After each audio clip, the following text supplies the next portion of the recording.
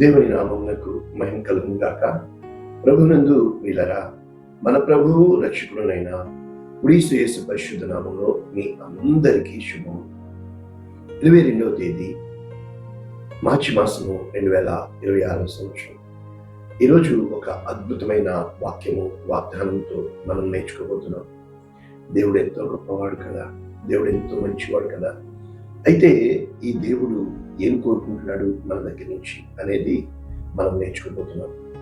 ఈరోజు వాగ్దానము, మనుష్య కుమారునికి స్థలం లేదు, మనుష్య కుమారునికి స్థలం లేదు. మత్తయి సువార్త 8వ అధ్యాయము 20వ వచనము. అందుకు యేసు, అంటే అందుకు ఎవరో ఏదో అడిగారు కదా, ప్రశ్నకి జవాబు: నక్కలకు బొరియలు, ఆకాశ పక్షులకు నివాసములు కలవు, కానీ మనుష్య కుమారునికి తల వాల్చుకున్నట్టుకైనను స్థలము లేదు అని అతనితో చెప్పింది. ఇంగ్లీష్లో న్యూ ఇంటర్నేషనల్ వర్షన్ మనం చూసినప్పుడు మాథ్యూస్ చాప్టర్ 8:20, జీసస్ రిప్లైడ్. ఇక్కడ యేసు ప్రభు ఈ విధంగా జవాబు చెప్పారు: ఫాక్సెస్ హ్యావ్ డెన్స్, నక్కలకి మరి లయన్స్ డెన్ అంటారు కదా, సింహాలు గుహ అది. అండ్ బర్డ్స్ హ్యావ్ నెట్స్, మరి మనకు తెలుసు కదా పక్షులకి గూళ్ళు. But the son of man has no place to lay his head. అంటే దేవుని యొక్క మనుష్య కుమారునికి అని ఉంది ఇక్కడ. ఈ భావము దానియేలు గ్రంథంలో మనం చూడగలుగుతాం. అయితే నేటి వాక్య ధ్యానము ఏంటి, అసలు ఇక్కడ ఏం జరుగుతుంది సందర్భం మనం చూసినప్పుడు, అక్కడ మత్తయి సువార్త 8వ అధ్యాయము మనము 18వ వచనం నుంచి మనకి ఉంటుందన్నమాట. అక్కడ జన సమూహం చూచి మనం అటువైపు వెళ్దాం అని చెప్పినప్పుడు ఒక శాస్త్రి వచ్చి, బోధకుడా, నీవెక్కడికి వెళ్ళినను నీ వెంట వచ్చేదను అని ఆయనతో చెప్పు. అంటే నీవెక్కడికి వెళ్ళినా, wear ever you go I will come with you. ఇప్పుడు చాలా మంది మనతోటి పరిచయం అవుతూ ఉంటారు కదా, నీతోనే నా జీవం, నీతోనే నా ప్రాణం, నీతోనే నేను చనిపోతాను అంటూ ఉంటారు కదా. కానీ అకాలం గిర్రం తిరిగినప్పుడు ఎక్కడి వాళ్ళు అక్కడ చాలా చెదురైపోతారు. ఎన్నో వాగ్దానాలు చేసిన వాళ్ళు వాళ్ళ అడ్రస్ కూడా లేకుండా పోతారు. ఇటువంటి చాలా విషయాలు మనం జీవితంలో చూడగలుగుతున్నాం. అయితే ఈరోజు మనము నేర్చుకుంటున్న వాక్య జ్ఞానం ఏంటంటే, మనుష్య కుమారునికి స్థలం లేదు. ఇది మన టైటిల్. అంటే ఇక్కడ ఏమని చెప్పబడ్డంది, తను ఎక్కడికి వెళ్ళినా నీతో ఉంటాను అంటున్నారు.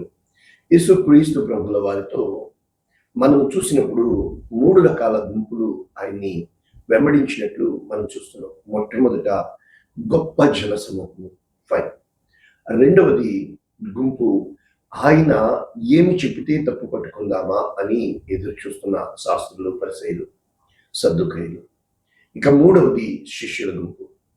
అయితే ఈ శిష్యుల్లో ఇంకొక గుంపు ఉంది. అది ఏంటి అంటే, మనం చూసినప్పుడు యేసు క్రీస్తు ప్రభుల వారు చాలా కొన్ని ఇంపార్టెంట్ అకేషన్స్ లో ముగ్గురిని మాత్రమే ఆయన వెంట పెట్టుకుని వెళ్ళేవారు: యాకోబు, యోహాను, పేతురు. అంటే మన జీవితంలో అనేక మంది మనల్ని వెంబడించినప్పటికీ, మనతో ఉన్నప్పటికీ, కలిసి తిరిగినప్పటికీ, సిలువ దగ్గర యేసు క్రీస్తు ప్రభుల వారి యొక్క ఉన్నవాడు ఒక్కడు, యోహాను. అంటే మన జీవితాల్లో చాలా విషయాల్లో మనము పైన కింద అయిపోవడానికి గల కారణం ఏంటంటే, అందరూ నా వాళ్ళు అనుకుంటూ ఉంటాం, అందరూ మనతోనే ఉండిపోతారు అనుకుంటూ ఉంటాము, అన్నింట్లో కూడా మనం విజయం సాధించగలము అని అనుకుంటూ ఉంటాము. కానీ ఎన్నో విషయాల్లో మనకి ఎదురు దెబ్బలు తగిలినప్పుడు, ఎదురీత వచ్చినప్పుడు, చాలా విషయాల్లో మనము కుమిలిపోయే వాళ్ళంగా ఉంటాం, కృంగిపోయే వాళ్ళంగా ఉంటాము, నిరాశకి, నిస్పృహకి, దీనిని బట్టి దేవుని నిందించడానికి దారితీస్తూ ఉంటుంది.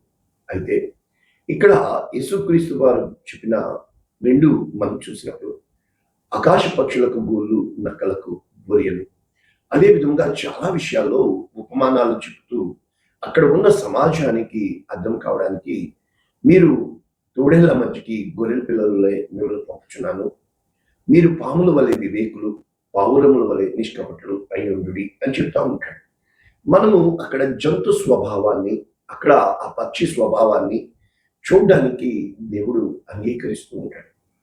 అయితే మన జీవితంలో చాలా విషయాల్లో దేవుడు తన కృపని వెల్లడి చేయడానికి ఇష్టపడుతూ ఉంటాడు.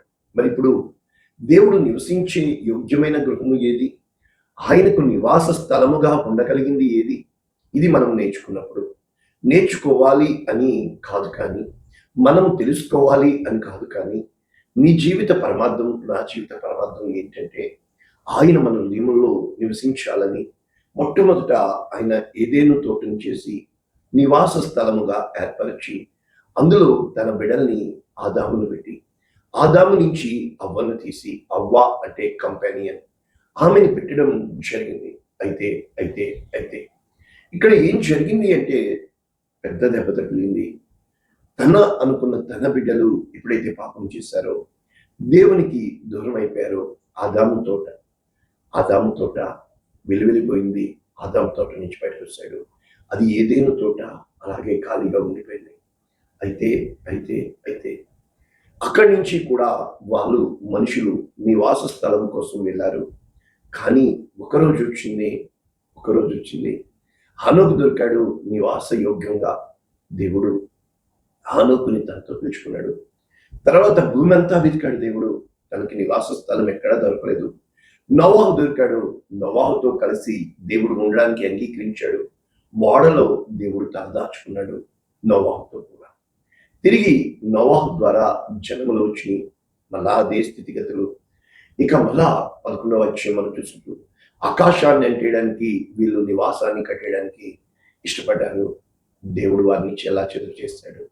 అప్పుడు దొరికాడు అబ్రాహాము. తిరిగి దేవుడు తలదాచుకోవడానికి అబ్రహాము దగ్గర దేవుడు తలదాచుకున్నాడు. అయితే దుష్టుడు అడిగాడు, అంతగా తలదాచుకుంటున్నావు, అబ్రహాం నిజంగా నీకు నివాసం అయ్యాడా? లేదు, అబ్రహామే తండ్రిగా జరుగుతున్నాడని చెప్పి, కుమారుడా నీ కుమారుడు నాకు ఇచ్చేయని అబ్రహాముని దేవుడు దుష్టుడు ప్రేరేపించినప్పుడు అడిగినప్పుడు అబ్రహాం ఇచ్చాడు. ఇంకా దుష్టుడు ఏమి చేయలేపాడు? దేవునికి నివాస స్థలం దొరికింది. అబ్రహాము దేవునిగా ఆయన పిలువబడ్డాడు. కాలం గిర్రం తిరిగింది. ఇప్పుడు ఒకలా ఉండదు కదా. తర్వాత దేవునికి నివాస స్థలముగా కట్టడానికి ఎన్నో ప్రయత్నాలు జరిగినాయి. మొట్టమొదట ప్రత్యక్ష గుడారం కట్టారు, దేవుని నివాసం అని. తర్వాత దావీదు, అంటే అంతకుముందు బలిపీఠాలు కట్టారు. దావీదు, నేను మందిరంలో అంటే దేవదారుణాల ప్యాలెస్ లో ఉంటుంటే భవనాల్లో నా దేవుని మందిరము గుడారంలో ఉంటుట అని చెప్పి మందిరం కట్టడానికి ప్రయత్నం చేసినప్పుడు, నువ్వు కట్టడానికి వీల్లేదు, సొలొమోను కడతాడు నీ కుమారుడు అని చెప్పినప్పుడు జెదిద్యా యెహోవా క్రీడను పెట్టి కట్టడం మొదలు పెట్టారు. జరిగింది. అయితే ఈ రోజున అవి వెళ్ళిపోయి ఆయన నీ హృదయంలో నివసించాలని అంగీకరిస్తున్నాడు. ఎందుకంటే holy of the holy out and the veranda అంటారు. అంటే బయట ఆవరణము, పరిశుద్ధ స్థలము, అతి పరిశుద్ధ స్థలము, అవన్నీ కూడా సెలువులో కొట్టివేయబడినప్పుడు ఈ రోజున ప్రభునందు ప్రియులరా, దేవుని యొక్క హృదయంలో నివసించడానికి మనం కొన్ని వాక్యాలు నేర్చుకుంటే, మొట్టమొదట ఆకాశ పక్షులకి గూళ్ళు అంటే అర్థం ఏంటంటే, అవి గూటిలో ఎందుకు వస్తాయి అని చదివినప్పుడు, గుడ్లు పెట్టేటప్పుడు, పిల్లలు పొదిగేటప్పుడు, తర్వాత అవి ఎక్కడ పెడితే అక్కడ ఉంటాయి. అదే విధంగా రెక్కలు వచ్చినప్పుడు అవి గుడ్డు నుంచి ఎగిరిపోతాయి పిల్లలు పెద్ద అయిన వెంటనే. అంటే అవి అవకాశాన్ని బట్టి ఉంటాయి, అవసరాన్ని బట్టి ఉంటాయి. రెక్కలు వచ్చినప్పుడు ఎగిరిపోతాయి అని అక్కడ మనకి తెలియపరచబడుతుంది. ఇక రెండవది మనం చూసినప్పుడు నక్కలకు గొర్రెలు. నక్కలు అంటే గుంట నక్కలు, జితులు మారి అని మనకు తెలుసు. మనతో ఉంటూనే మన వెనకాల గుర్తులు కలుగుతుంది. నిజంగా ఎంత భయంకరమైన స్థితి అంటే, అక్కడ అతని యొక్క హృదయంలో ఇలాంటి హృదయం కనబడుతుంది. కానీ దేవుని నివాసయోగ్యంగా, దేవునికి అంగీకారంగా అతను హృదయంలో లేదు. ఇంకా చెప్పాలి అంటే అతను శాస్త్రి కనుక అతను ఆ స్వభావం కలిగి ఉన్నాడు. చాలాసార్లు మనిషి పైరూపాన్ని బట్టి మనము అతని స్వభావాన్ని వెలకట్టడానికి ఇష్టపడుతూ ఉంటాం. ఈ వాక్యం చెప్పడానికి 10 రోజులు నేను తీసుకున్నాను. అలా చెప్పాలి. ఒకసారి దేవుడు అడుగుతున్నాడు నివసించే స్థలం. ఆయన పుట్టినప్పుడు కూడా సత్రంలో స్థలము లేదు కనుక చాలా మంది ఎన్నో చెప్పడానికి ప్రయత్నిస్తారు. అది నాలెడ్జ్. ఆ నాలెడ్జ్ వల్ల ఉపయోగం లేదు. అది వాట్ డస్ ఇట్ మీన్? అది ఎందుకు చెప్పబడింది? ఆయనకి స్థలం లేదు. He doesn't have any place. He doesn't have a room. ఈరోజున దేవునికి ఒక గది కట్టావా? అందుకే ఆయన అడుగుతున్నాడు. యెషయా 66:1 మనందరికీ తెలిసిందే. యెహోవా ఇలాగా ఆజ్ఞాపిస్తున్నాడు, ఆకాశము నా సింహాసనం, భూమి నా పాదపీఠం, భూమి ఆయన పాదపీఠం. నా కోసం మీరు కట్టనిర్దేశించిన ఇల్లు ఏ పాటిది? ఏం కట్టడానికి ప్రయత్నిస్తారు? నాకు విశ్రమ స్థానంగా మీరు కట్టనిర్దేశించింది ఏ పాటి? అవన్నీ నా హస్తకం, అవన్నీ నాయే కదా. ఏమంటున్నాడో తెలుసా? ఎవడు దీనుడై నలిగిన హృదయం గలవాడై నా మాట విని వండుచున్నాడు, వాడు నాకు నివాస యోగ్యంగా ఉంటాడు. ఇవి మనం చూసినప్పుడు కీర్తనలు 50 చాలా సింపుల్. 7వ వచనం నుంచి, నా జనులారా నేను మాట్లాడబోచున్నాను, ఆలకించు. ఇశ్రాయేలు ఆలకించు. నేను నీ దేవుడను, నేను నీ మీద సాక్షిను. నీ బలు నా ఎదుట ఉన్నవి, నీ ఇంటి నుండి ఏమి నేను ఆశించట్లేదు. అవన్నీ నావే కదా. లోకము దాని పరిపూర్ణత నావే కదా. నాకు ఎద్దుల మాంసం కావాలా, పొటేల రక్తం నేను కాదు. దేవునికి స్తుతి ఆగుంచి మహోన్నతికి మొక్కుబడి నీ ఆపత్కాలం నన్ను. అర్థం ఏంటంటే, ఆపద వచ్చినప్పుడు నేచర్ నికృష్ట స్థితికి వెళ్ళిపోయింది. ఆ టైంలో మనము తాళ్ళు కొరకు, రక్షణేకుల కొరకు ఏదో ఒకటి చేసి మెటీరియల్ పొజిషన్ కోసం ప్రయత్నం చేస్తాం తప్ప స్పిరిచువాలిటీ కోసం, హృదయంలో విరిగి నలిగిన హృదయం ఏర్పడుతుందని, ఆయన దేవుడని, ఈ ఆపత్కాలంలో ఆయన నీకు తోడుగా ఉంటాడని. కారణం ఏంటంటే, నేను పరీక్షించి చూసి బైబిల్ని పిచ్చెక్కింది. కారణం ఏంటో తెలుసా? భార్యాభర్తల ప్రేమ కోసం బైబిల్లో రాయబడలేదు, తల్లి ప్రేమ కోసం చాలంటే. అంటే భార్యాభర్తల ప్రేమ ఇట్స్ నథింగ్ అని దేవుడు కొట్టిపాడేశాడా అంటే, ఆయన ప్రియుడు, మనం ప్రియురాలు. ఆ ప్రేమ దొరకదు. అది కేవలం ఏజ్, వయస్సును బట్టి తప్ప. మనందరి మాటల్లో డబుల్ మీనింగ్లు ఉంటాయి. సినిమాలు అవి క్యాష్ చేసుకుంటాయి, కమర్షియల్. కానీ నిజంగా సెక్స్ అనేది కాదు. తల దాచుకునే స్థలము అంటే, శారా చనిపోయిన తర్వాత ఇస్సాకు రిబకాని బట్టి ఆదరణ పొందాడు అని ఉంటుంది.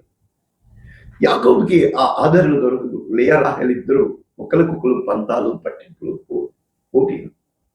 ఈ రోజున నివాస స్థలము జగడగొండి దానితో పెద్ద భవనంలో ఉండట కంటే ఆ గుడిసెలో సమాధానం కలిగి ఉండటం మేలు అని వాక్యం చెప్తుంది. మనం కూడా చాలా విషయాల్లో ఈ సంపద మనకి ఆపదని తెస్తదే తప్ప ఏ రోజు సంపద నీకు సంతృప్తినివ్వదు.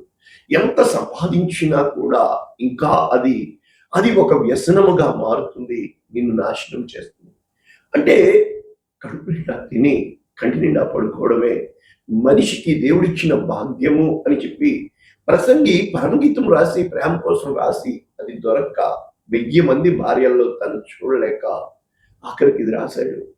మన జీవితాల్లో దేవునికి స్థానం ఉందా? ఇక్కడ ఈ కీర్తన 50లో ఆయన అడుగుతూ ఉంటాడు, నాకు ఆకలి వేస్తుంది, అయినా నేను నీకు చెప్పను. కారణం ఏంటంటే, ఆయన ఆకలిగా ఉంటున్నాడు. ఆయన నీ హృదయం అనే తలుపు యొద్ద తడుచున్నాడు. ఆయనకి నీవు ఇష్టము, కానీ నీకు దిగుబాటు అసహ్యం కదా. నీవు ఎందుకు ఇలా చేస్తున్నావు? ఇదే వాక్యాలు యెషయా 43:20. యాకోబు, నీవు నాకు మొర్ర పెట్టట్లేదు. ఇశ్రాయేలు, నీవు నన్ను గూర్చి విసిగిపోయావు కదా. ఏం తెచ్చావయ్యా నా కోసం? అసలు నన్ను ఎక్కడ ప్రత్యేకించి చూసావు? ఏ విధంగా నాకు ఇచ్చావు స్థానం? అంటే మరి దేవుడు ఏం కోరుకుంటున్నాడు? ఇదిగో మానవుడా, ఉత్తమమైనది ఏదో అది నీకు తెలియచేయబడి ఉన్నది. మీకు 6 ఏమంటున్నాడు? న్యాయంగా నడుచుకున్నట్టు, కనికరమును ప్రేమించటయు, దీన మనస్సు కలిగి ఉండేది. ఇంతే కదా. అంటే దేవుని యొక్క అడ్రస్ మనం చూసినప్పుడు ఆయన ఏమి ఇష్టపడుతున్నాడంటే, మనం దేవుని యొక్క వాక్యం చూసినప్పుడు ఇవే వాక్యాలు లూకాసు వార్త 9:58లో ఉంది. యేసు నక్కలకు, బొరియలు, ఆకాశ పక్షులకు. కానీ అర్థం ఏంటంటే, ఆయన్ని ఎందుకు తృణీకరిస్తున్నాము? మనకు తెలుసు కదా. యెషయా 53:2 మనకి ఏమని చెప్పబడుతుంది అక్కడ? So simple. దేవుని యొక్క వాక్యం చెప్పబడుతుంది, అతడు లేత మొక్కవలే, కానీ మనుష్యులు ఇష్టపడేంతగా స్వరూపమైన, సొగసైన అతనిలో లేదు. అతడు తృణీకరింపబడిన వాడు, మనుష్యుల వల్ల విసర్జింపబడిన వాడు, వ్యసనాక్రాంతుడు, వ్యాధిన. కాబట్టి ఆయన్ని చేర్చుకోవడానికి మనం ఇష్టపడం. కారణము, దేవుడు అన్న మరుక్షణము మనకు ఎక్కడ లేని సమస్యలు వస్తుంటాయి, ఎక్కడ లేని ఇబ్బందులు వస్తుంటాయి. చాలా కష్టము ఆయన్ని కలిగి ఉండి ఆయనతో నడవడం. కనుక ఆయన ఎటువంటి హృదయాల్లో నివసిస్తాడు? మహాగణుడు, మహోన్నతుడు, పరిశుద్ధుడు, నిత్య నివాసి. ఇలాగూ సెలవిచ్చు, నేను మహా ఉన్నతమైన స్థలములలో, పరిశుద్ధ స్థలములలో నివసించువాడను. అయినను వినయము గల వారి మధ్య వారి ప్రాణమును ఉజ్జీంపచే, నలిగిన వారి ప్రాణమును ఉజ్జీంపచే, వినయము గల వారి యొక్క దీన మనస్సు గలవారు, ఆత్మ విషయమై దీనులైన వారి ధన్యులు కాదు. ఇదండి వాక్యం. ఈ వాక్యం వాగ్దానముగా దేవుడు నీకు నాకు తెలియపరుస్తున్నప్పుడు, ఈ వాక్యమే సత్యమైనప్పుడు, ఈ వాక్యము నిత్యము నిన్ను కట్టేదిగా ఉన్నప్పుడు, ఈ వాక్యము నీ కోసం కార్యాలు చేయాలి అని దేవుడు సాక్ష్యం పలుకుతున్నప్పుడు నీ హృదయంలో స్థానం ఉండదు. ఒక అబ్రహాం లాగా ఆయన కోసం బ్రతకగలవా? దేవుని గొప్ప ఆశీర్వాదాలు, గొప్ప ఐశ్వర్యం, ఆయన నీ కోసం దరిద్రుడాయన, ఆయన నీ కోసం నీకడు, ఆయన నీ కోసం సమస్తము చేశాడు. ఈ వాక్యము మన హృదయాలకి హత్తుకును గాక. పరిశుద్ధుడా ఏమగలిగింది విత్తబడిన ఈ వాక్యము అనేక మందికి ఆశీర్వాదంగా, అనేక మందికి దీవెనకరంగా, లక్షల మందికి రక్షణకు కారణంగా చేయమని యేసు శ్రేష్టమైన నామమున దీవించి ఆశీర్వదించి మీ నమ్మకమైన చేతులు కావలసిన amen. God bless you all. దేవుడు మిమ్మల్ని దీవించును.